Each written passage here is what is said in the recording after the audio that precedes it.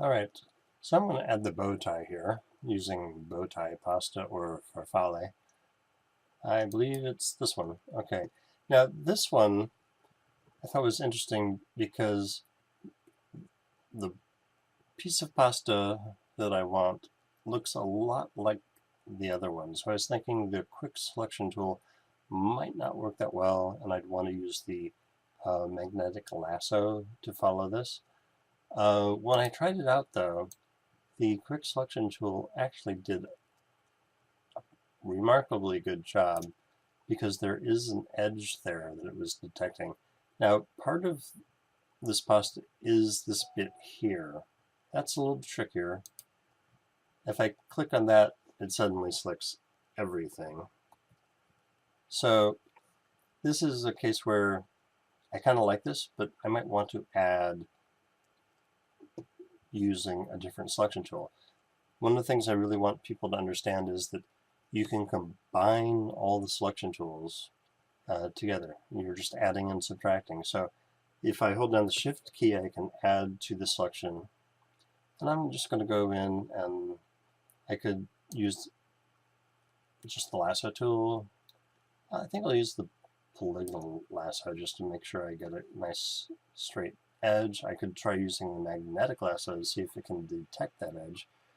But here I'm just going to hold Shift and I'm going to go in and just add that in. I'm not sure if that's exactly right. When I'm in the selected mask, I could refine that.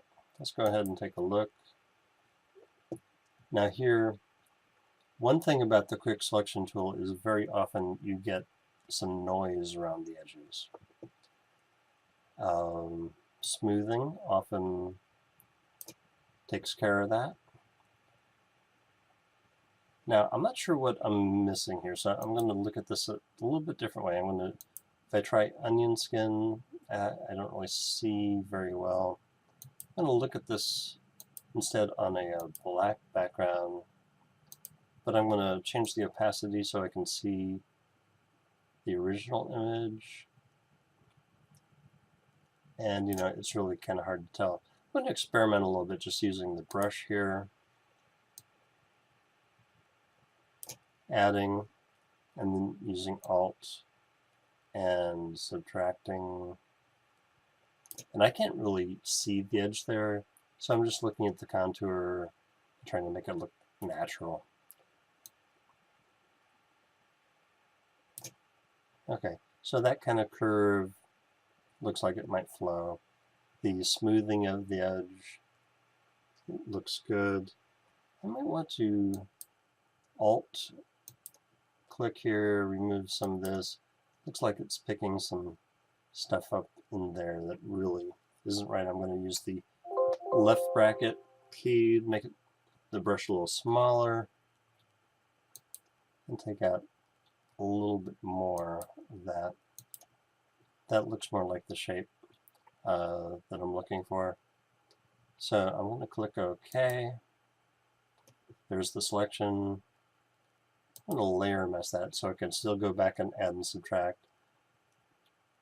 Looks, yeah, it's kind of hard to tell. All right, so again, my preferred way of getting that over is to use the Move tool and drag the layer over.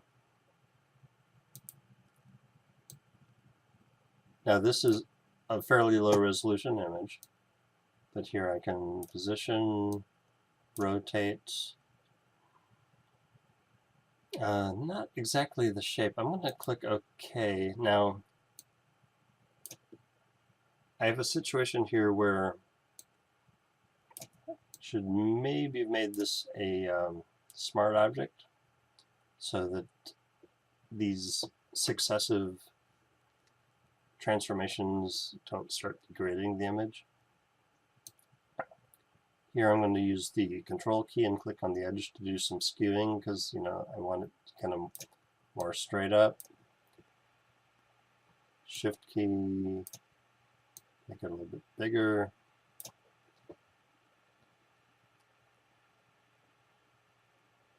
Control click, a little more skew.